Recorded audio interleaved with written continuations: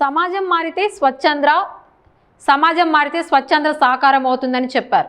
శ్రీకాకుళం జిల్లా నర్సన్నపేట పర్యటనలో ఉన్న సీఎం చంద్రబాబు స్వచ్ఛంద్ర స్వర్ణాంధ్ర కార్యక్రమంలో పాల్గొన్నారు.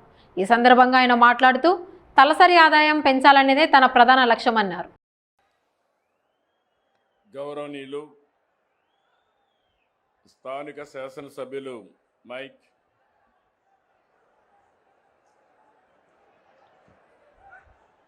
గౌరవనీయులు సభాధ్యక్షులు స్థానిక శాసనసభ్యులు బగ్గు రమణమూర్తి గారు, స్థానిక పార్లమెంట్ సభ్యులు కేంద్ర మంత్రివర్యులు కింజరపు రామ్మోహన్ నాయుడు గారు, సహచర మంత్రివర్గ సభ్యులు అచ్చెన్నాయుడు గారు, నారాయణ గారు, కొండపల్లి శ్రీనివాస్ గారు, గవర్నమెంట్ విప్ అయినటువంటి బెండలం అశోక్ గారు, జిల్లా కలెక్టర్ గారు, Swachh Andhra Pradesh chairman corporation chairman Pattabhiram గారు, సెక్రటరీ కాంతిలాల్ గారు,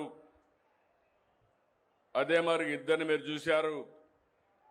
ఒక గర్వంగా స్వచ్ఛ రథాన్ని ఊరూరు తిప్పుతూ మన గ్రామాల్ని పరిశుభ్రంగా పెట్టడానికి పనిచేస్తున్నటువంటి దిల్లేశ్వరరావు గారు, ఇంకొక పక్కన ఒక స్వచ్ఛ వాలంటరీగా ఈరోజు పెద్ద ఎత్తున పనిచేస్తున్నటువంటి జయంతి గారు. నేను ఈరోజు నరసన్నపేటకు రావడం కొత్త కాదు, కానీ మీ ఉత్సాహం మాత్రం కొత్తగా చూస్తున్నానని చెప్పి కూడా నేను మీకు తెలియజేస్తున్నా.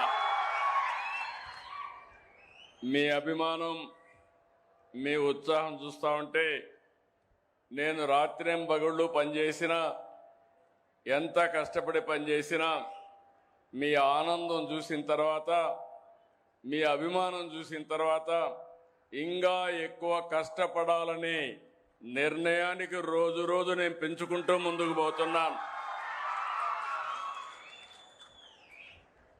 నా మనసుకు దగ్గరుండే 4 కార్యక్రమాలు. ఒక కార్యక్రమం రాష్ట్రం మొత్తం పరిశుభ్రంగా ఉండాలి.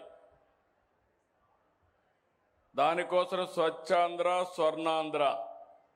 ఈరోజు స్వచ్ఛాంధ్రతో ప్రారంభిస్తున్నాం, స్వర్ణాంధ్ర దిశగా అడుగులేస్తున్నాం. రెండో కార్యక్రమం మొదలు తారీఖు నాకు గుర్తొచ్చేది పేదల సేవలో.